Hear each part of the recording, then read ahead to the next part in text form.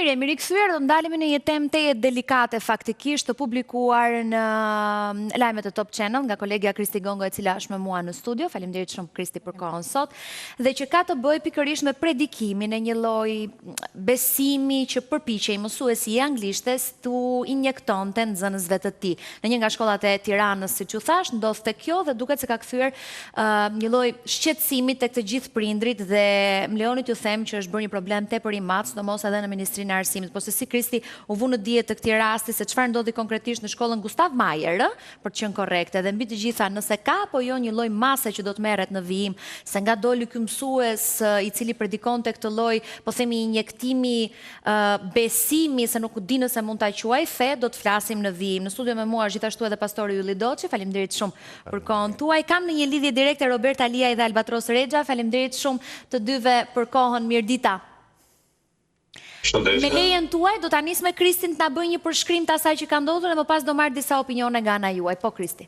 Sterila, në fakt ngjarja ka ndodhur javën e shkuar, ku sinjalizohemi nga prindërit për problematikën në shkollën publike të Tiranës, Gustav Mahler, që është shumë afër në qendër të Tiranës, pra në qendër të kryeqytetit, një zonë ku supozohet që kontrolli dhe vëmendja e strukturave të monitorimit të jetë sigurisht më e madhe se në zonat rurale.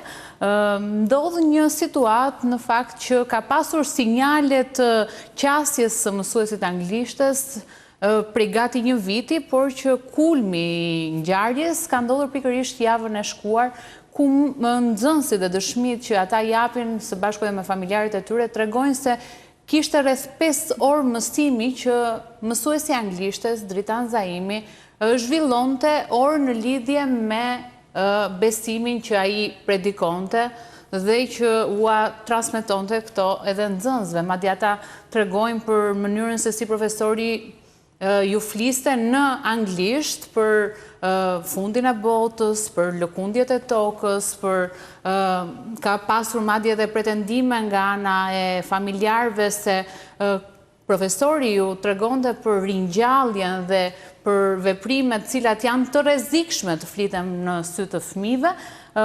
Një debat që sigurisht lind mbi kufit individual të besimit dhe detyrës publike që ka një arsimtar në sistemin arsimor para universitar publik.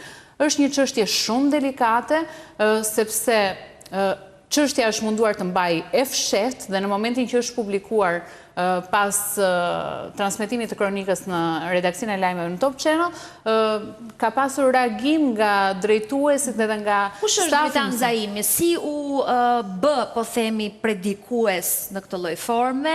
Çfarë informacione kishte ai për këtë çfarë predikonte? Nuk di si mund të quajmë, si mund t'i vendosim një emër, se po shija që kishte jo e ngatronin me fe të tjera. Ma shpjego pak?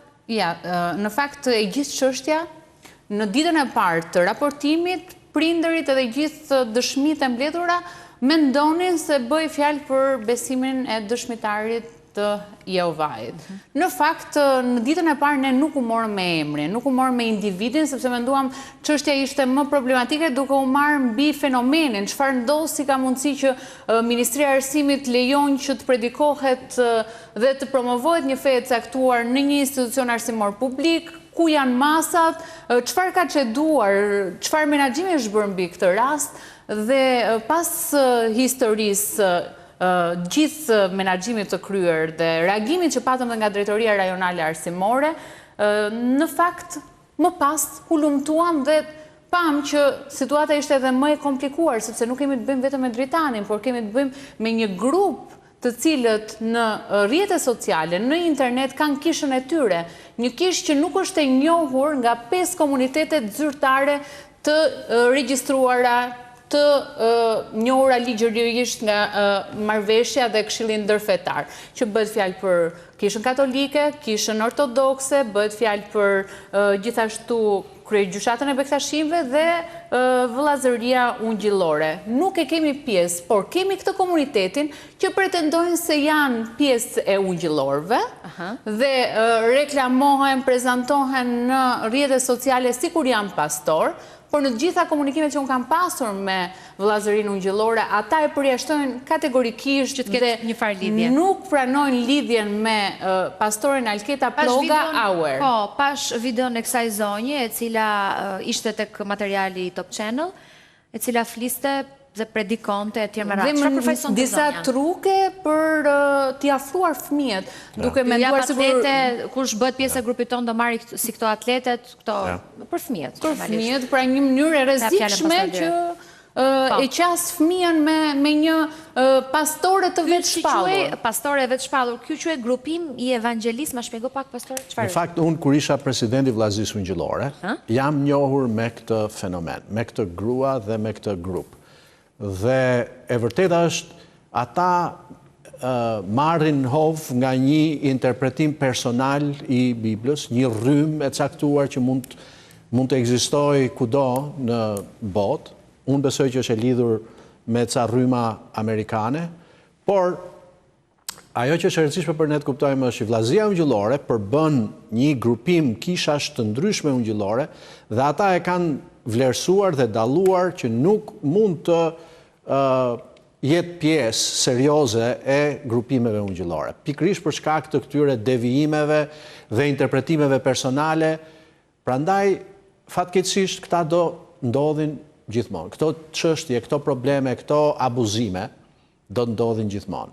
Dhe ne duhet jemi të kujdesshëm duke... Do ndodhin, por po depërtojnë në institucione arsimore. Eksakt, prandaj duhet jemi të kujdesshëm. Ky është rreziku, çfarë është, si i lejojmë? Grupimi evangjelist. Shiko, mund ta quajnë veten çfarë të duan, por është një grupim... Janë sekt, çfarë janë? Po patjetër, duhet të jetë një grupim i një rryme pentakostale, karizmatike, nuk e di sakt, sepse nuk është se janë të grupuar në një mënyrë zyrtare. Janë thjesht iniciativa personale. Janë të lirë, ne kemi besimet dhe nuk më ndalon dot mua të pretendoj që jam me plot fuqishme dhe mund të të shëroj ty nga një smundje e caktuar. Këto janë promovimet që bëjnë në rrjetet sociale. Këto kanë qenë probleme nga fillimi. Në fakt me profesorin, mënyra se si janë lidhur, ata e reklamonin dhe në rrjetet sociale, tregonin foto se si ishin ritakuar pas 27 vitesh. Pastorja e vetë shpallur me mësuesin e anglishtes, i cili duket se në atë moment ka nisur dhe rrugtimin drejt kësaj rryme besimi. Dhe që situata është agravuar sepse postimet e profesorit në rrjetin e tij personal janë vërtet duhet jenë sinjalizuese, sepse janë ndër vitet 2023-2024, alarmet që ai tregonte për tsunami, vulkane, errësirë totale, për fundin e botës, për pranimin e Jezuit, mos dis pa pranuar, thot po, e kuptoj. Shiko, problemi qëndron në mungesën e një komuniteti të vërtet serioz që mund ta administrojë këto shprehje dhe mund të marrë përgjegjësi për këto shprehje. Komuniteti ungjillor nuk merr përgjegjësi për këtë grupim dhe për këtë shprehje dhe problemi është... Jo, po një distancim duhet ketë... Ka distancim, është bërë me kohë distancim. Distancim dhe një lloj përpjekje për ta ndalur, nuk mund ta ndalësh një iniciativë personale. Ndodh që besimtarët fesë suaj rëmbehen nga ky sekt. Nuk janë të fesë tonë. Është një soi...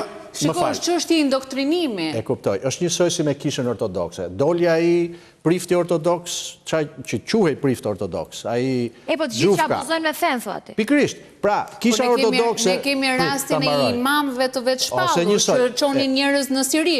Po duhet ndaluar, pra, duhet ketë një lloj distancim. Pikërisht, distancimi është i qartë. Secilit komunitet nga këta persona që përfitojnë në bazë të një feje dhe besimi dhe debulesës së njerëzve ndaj këtyre feve dhe besimeve dhe përfitojnë ndaj tyre. Kjo është ideja. Ajo është bërë. Pra, distancimi zyrtar është bërë. Ashtu siç është bërë dhe nga kisha ortodokse për këtë person. Por, ka qarqe të ndryshme që e inkurajojnë dhe... Qëndro pak të lutem, ta pyes pak Robertin. Dhe ky është problemi. Robert, sa e vështirë ose sa të mbrojtur janë të rinjt, fëmijët në këtë rast, nga injektimi i predikimeve të ndryshme për besime, që duhet thënë janë shumë dhe tetë të panjohura për fëmijët, dhe mbi të gjitha sa të sigurta janë institucionet nga të tillë individ, se nuk mund ta quaj mësues, që ja bën këtë gjë fëmijëve. Pra aq kosa shteti nuk do marrë përgjegjësitë e veta dhe të vendosi limitet që duan, Pra që absolutisht që do ketë, jo vetëm rrezik, po mund të ketë mund ndodhe dhe gjëra, domethënë të pakontrollueshme.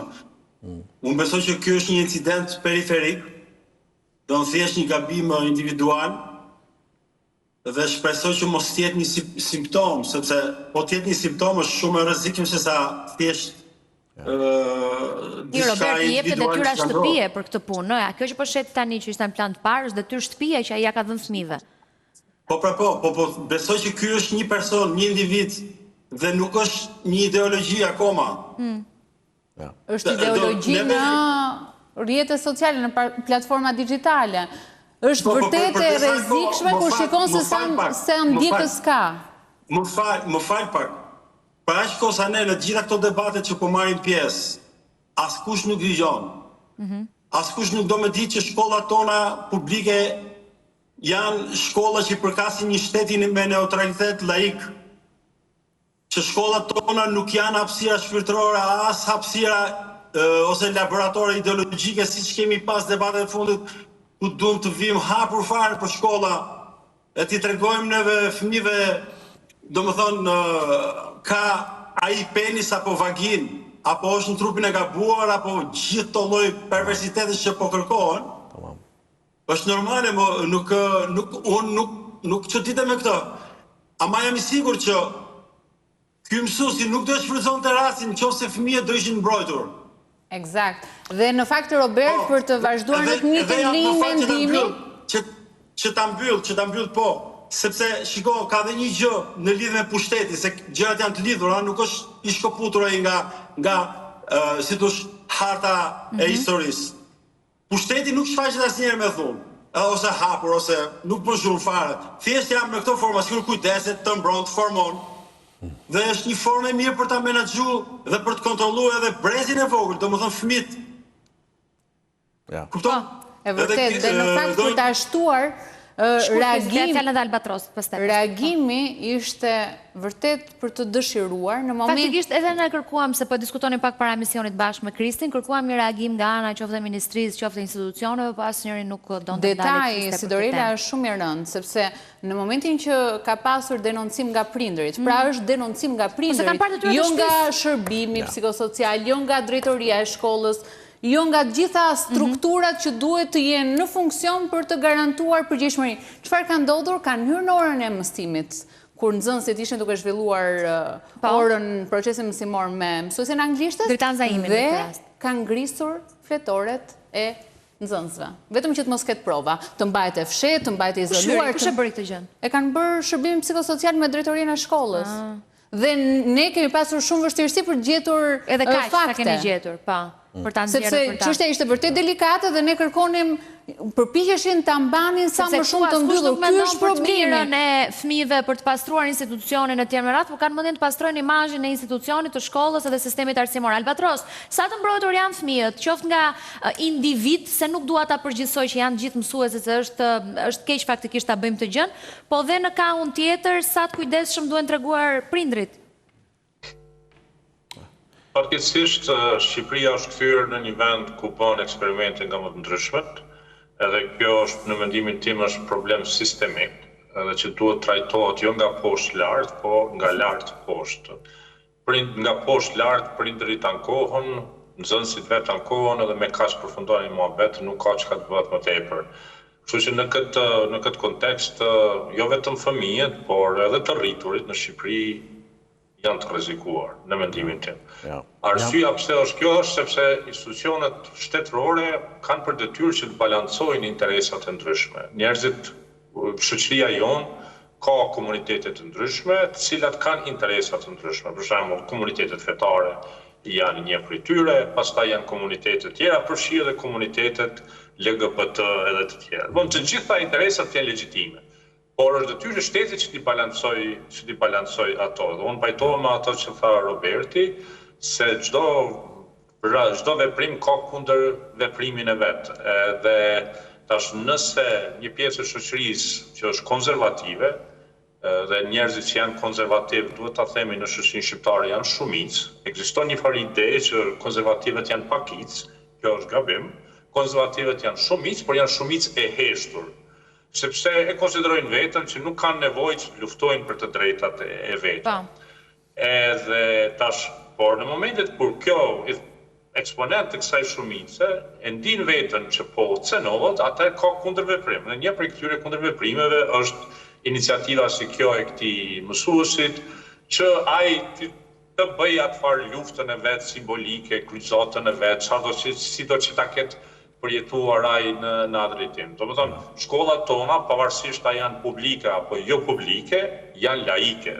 Vetëm shkollat fetare kanë të drejtën që të predikojnë mësime fetare, ndërsa çdo shkollë e cila regjistrohet në bazë të ligjit për arsimin në Republikën e Shqipërisë duhet të jetë qoftë publike apo private, duhet të jetë laike. Por laiciteti nuk do të thotë vetëm refuzim të promovimit të Zotit. Laiciteti nënkupton edhe balancim të interesave të tjera. Dhe tash, për shembull, komuniteti LGBT ose një komunitet tjetër ose komuniteti i ateistëve kanë të drejtat dhe interesat e tyre, por kjo nuk do të thotë që shteti laik nënkupton që është shteti i ateistëve. Se këtu ka një keqkuptim fundamental. Se kam një dy pyetje për Kristin, po. Ka një keqkuptim fundamental në këtë pikë, që mendojnë që shteti laik do të thotë jemi shtet ateist. Jo, shteti laik nënkupton balancim të interesave të ndryshme. Kaq ka ai muhabet, shteti nuk merr anë. Shteti nuk pozicionohet. Por a ka detyrim shteti ta bëjë filtrimin se kush është mësues në çdo shkollë dhe kush jo? Jo, shteti ka detyrime të bëjë filtrime në çdo aspekt shoqërisë, por shteti, domethënë, nuk mund ta bëjë këtë punë vetë. Janë mediat, janë qytetarët që përfshihen në këtë mes. Por ajo që ka, unë edhe më lejo në Albatros problemi qëndron që... Jeta gjej pastorin pak, vetëm se do të bashkët. Me lejo vishë një gjëta të them, të lutëm dhe unë pastaj po të rishë. Problemi është që, si që the dhe ti si Dorela, shteti, eksponent e shtetit, më tepër mendojnë si ta kurojnë imazhin e vet, mos pranojnë gabimet, tim shefin gabimet. Se sa ta zgjidhin. Akoma ekziston kjo pikë komunizmit që flasin vetëm për të mira, ndërsa jo për dështime. Po, është vërtet. Jemi në një situatë të komplekse, nuk jemi në kohën kur shteti mund të përcaktonte se kush do jetë, çfarë do të mendojë mësuesi që do japi lëndën. Jemi në kohën e pluralizmit, që do thotë shteti ka përgjegjësi ta ruaj laicizmin e shkollës, ashtu siç tha zotëria, por mësuesit që do vinë aty mund të jenë, njëri mund të jetë musliman, njëri mund të jetë bektashi, njëri mund të jetë ateist, bindjet personale. Prit, pra më dëgjoj. Pra ajo që duhet kuptojmë është bindjet e ndryshme personale të mësuesve duhet i nënshtrohen një programi të mirë menduar për shkollën shqiptare dhe një vizion kombëtar për shkollën që nuk ekziston në fakt në mënyrë të qartë. Bindja, besimi, ideja që ke për fen është personale. Ata duhet merren që mos ja injektojnë të tjerëve. Pikërisht, më dëgjoj të flas deri në fund. Unë po jepja mësim tek Universiteti Evropian i Tiranës për antropologjinë e fesë. Okej, nuk na intereson tema universitetit. Jo, desha të them, një universitet i zakonshëm. Po mos e thuaj. Po, qa duhet muzës, po i bëjmë reklam, unë po e kritikoj madje. Dhe në atë kontekst, unë po jepja antropologjinë e fesë, dhe thash, gazetarët duhet vinë të mësojnë për fenë, kurse ata mendonin që duhet vinë fetarët të mësojnë për fenë. Ora, miku im, ne duhet të mësojnë për fenë, pavarësisht nëse jemi ateist, pavarësisht nëse jemi LGBTist, pavarësisht nëse jemi çfarë të dush me qenë, duhet kuptojmë natyrën e feve të ndryshme, sepse ky është realiteti në të cilin ne jemi dhe këta janë njerëzit që ti do të fusësh në punë për t'ju dhënë mësim brezit tjetër. Prandaj duhet ketë një kuptim specifik për secilin dhe për mendimin tim, ashtu siç e tha Albatrosi, ka dy presione. Një nga lart, që do të thotë ai i shtetit, dhe një nga poshtë, që do të thotë këto prindrit dhe individët e shqetësuar dhe preokupuar. Unë besoj që shteti është më i thjeshtë për t'u analizuar. Ajo që duhet inkurajuar është ta lejmë arsimimin e fëmijëve ose kujdesin për fëmijën në duart e atyre që e duan fëmijën më shumë. Ata që e duan fëmijën më shumë nuk janë mësuesit, ata që e duan fëmijën më shumë nuk janë punojësit social, ata që e duan më shumë fëmijën janë prindrit e tyre. Dhe ne duhet të forcojmë lidhjen e prindërve me mësuesin, sepse edhe në këtë rast ishin prindrit ata që e kapën, ata që u shqetësuan. Nuk duhet jetë kështu, pastor. Jo, kështu duhet jetë. Jo, nuk duhet jetë kështu. Prindrit janë të shqetësuar. Që prindi e çon fëmijën në shkollë dhe pas një kontroll, jo duhet jetë së pari shkolla që Di që ka staf. e di çfarë mësimi ushtron në shkollë. Ajo po e supozojmë që është. Sigurisht që shqyqyr që ka ndodhur momenti komunikimit të prindit me fëmijën që është raportuar si problematik. Por nëse nuk do të ndodhte, mund të kishim të lënduar nga ngjarja. Pikërisht prandaj po them, forcimi i marrëdhënies së prindërve me shkollën është i rëndësishëm. Pra, në shkollë mund të hyj kush të dojë në kuptimin nuk mund ta kapësh ndoshta se se kap ai drejtori i shkollës e çfarë mendimi. Por nëse ka një marrëdhënie të ngushtë të afërt me prindrit dhe nëse është forcuar marrëdhënia e prindërve me arsimin që marrin fëmijët e tyre, atëherë ke një shans më të madh për t'i eliminuar këto devijime që do ndodhin gjithmonë. Pra ne duhet jemi po, ma kërkove fjalën po. Po, në tema praktik, kjo do të thotë që disa organizime që do duhet të ekzistonin, që ndoshta në letër ekzistojnë, duhet të fuqizohen, që është roli i Këshillit të Prindërve. Këshilli i Prindërve nuk është dekor, nuk është diçka që duhet mblidhet një herë në vit apo diçka sa përsyje faqe. Këshilli i Prindërve në çdo shkollë duhet të jetë pjesëmarrës aktiv në jetën organizative të shkollës. Në të vërtetë Këshilli i Prindërve është fiktiv, vendosen prindërit që kanë komunikim të mirë me mësuesit që të bëjnë. Kështu që edhe e dyta, një gjë që dua ta them është se në Shqipëri, po jo vetëm në Shqipëri, mendoj që në gjitha vendet që kanë dalë nga bloku i lindjes, nuk ekziston ajo vetdia që shteti e ka dhe detyrën e kujdestarit publik. Që nënkupton që prindi kur e çon fëmijën në shkollë ja jep në besim shtetit, kur është shkolla publike, ose një agenti privat që përsëri ka autorizimin nga shteti. Se një shkollë private merr autorizim nga shteti dhe shteti mund t'ja tërheqë autorizimin kur do, domethënë ja lën fëmijën në besim.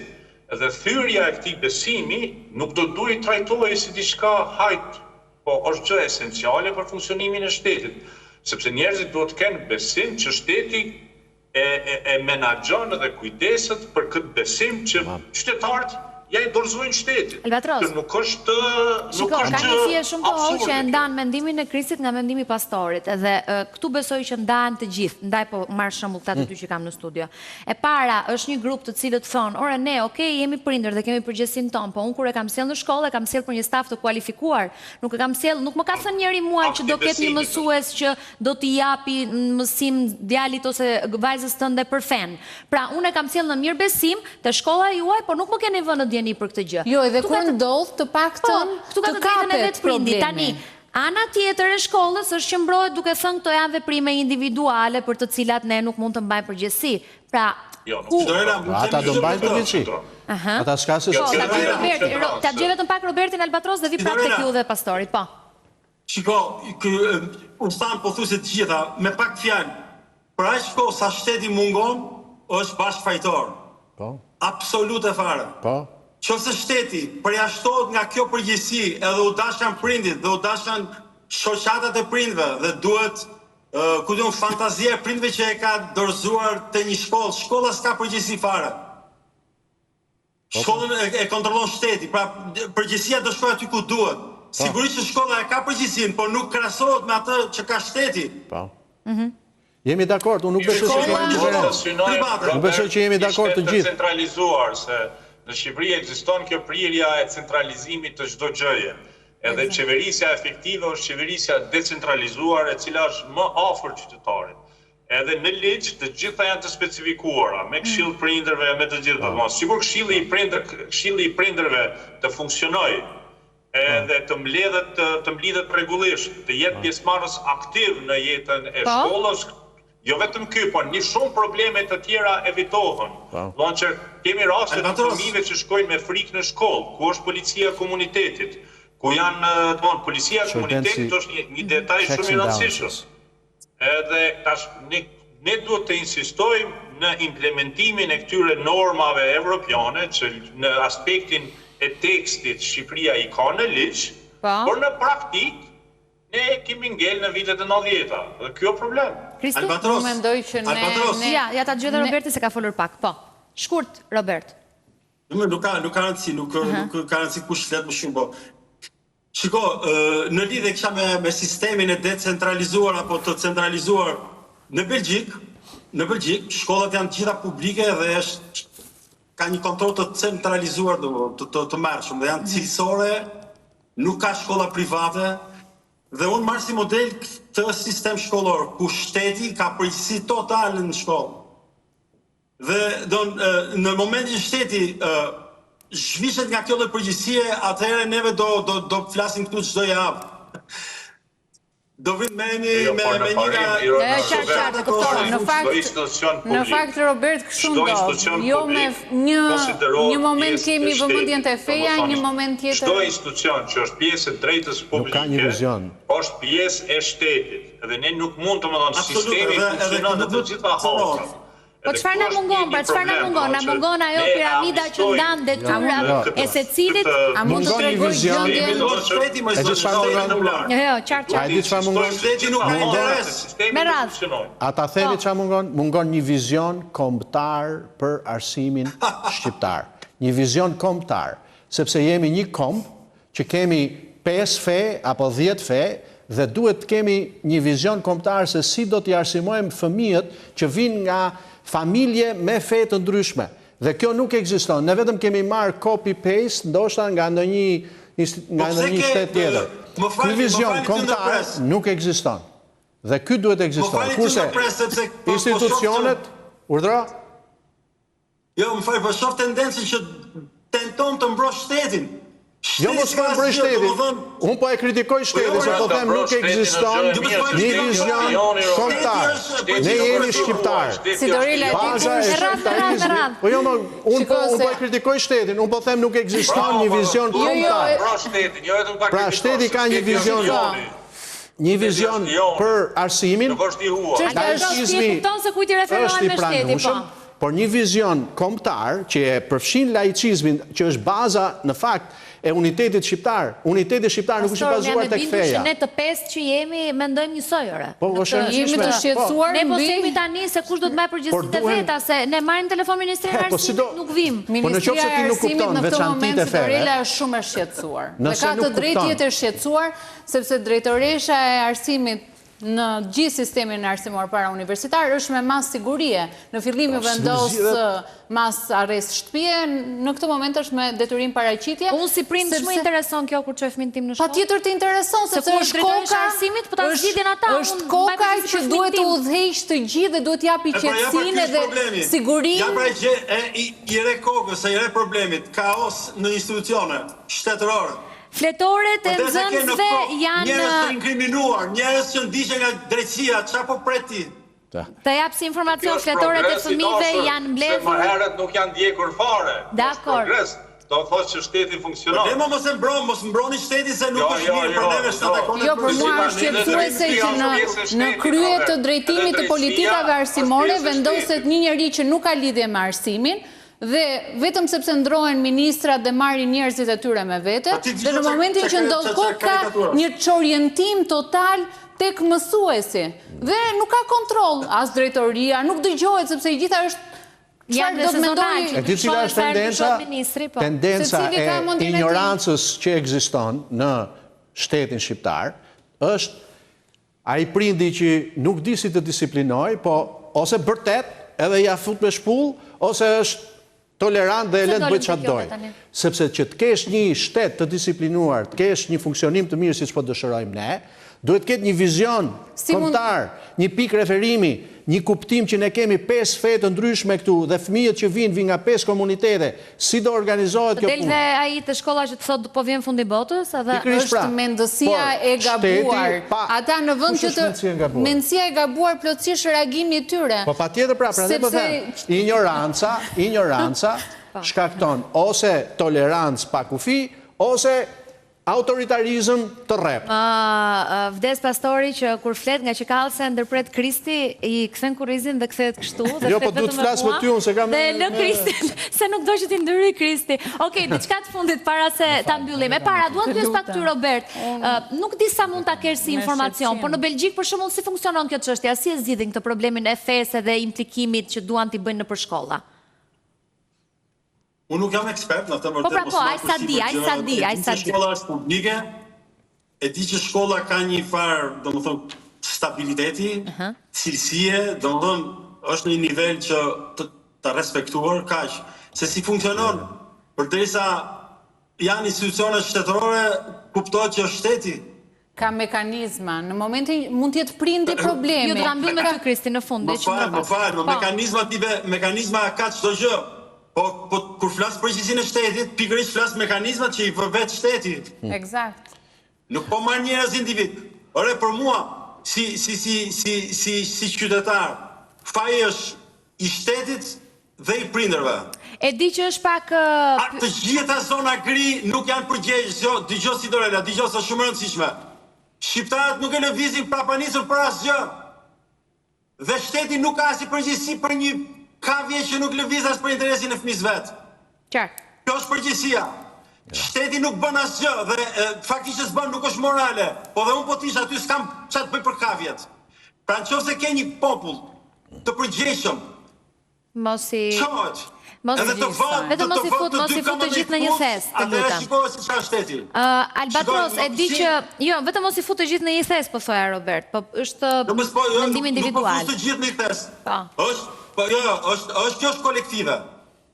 Kjo është kolektive. Jo përgjegjësia që thotë. Jam dakord, është në masë ndoshta kjo neglizhenca. Dhe duhet të shohin njerëzit. Tani, e di që është shumë që do një thellim si përgjigje, po do të lutesh dhe do e vlerësoj Albatros nëse do më jepi një përgjigje të shkurtër. Sa e njohin, respektojnë dhe din të predikojnë shqiptarët që nga vegjelia një fe të caktuar? Dhe sa e vështirë është t'ja ndalosh të injektimin që kanë për t'ja dhënë dhe tjetrit? Sot kanë ndryshuar kohërat dhe njerëzit lexojnë, kanë akses në informacion, edhe është relative tash kjo pjesë dhe mund të befasohemi me një adoleshent i cili mund të di librat fetar për mendshë dhe mund të ketë informacion të poshtë. Por pasja e informacionit nuk jep të drejtë predikimit.